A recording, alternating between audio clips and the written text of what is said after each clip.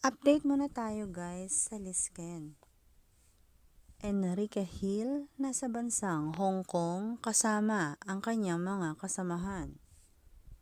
At sa bawat shared photos sa binata ay talaga namang in-enjoy din nito ang pamamasyal sa bansang Hong Kong.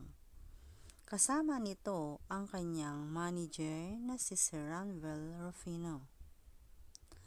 At sa isang video clip, nakitaan natin na super down to earth ang binata.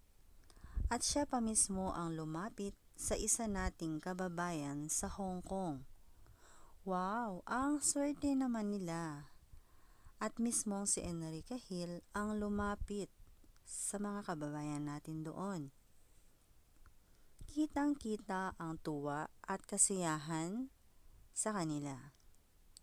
Samantala, recently ang ganap ni Liza Soberano sa Los Angeles, California. Umattend ang dalaga sa premiere ng No Other Choice. Ine-enjoy din ng dalaga ang bawat ganap nito sa Hollywood. May update din ito sa kanyang TikTok account.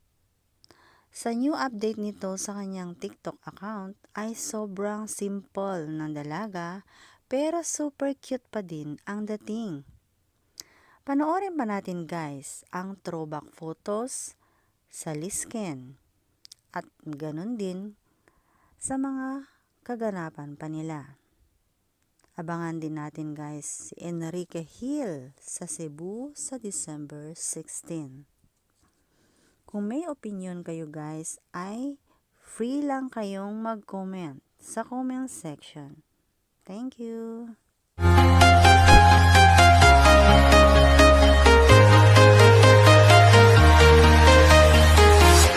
I'm walking alone, the streets are empty. The only thing I can see is my own silhouette. I'm getting stronger, step by step. The clock is ticking, but there's no time for regrets.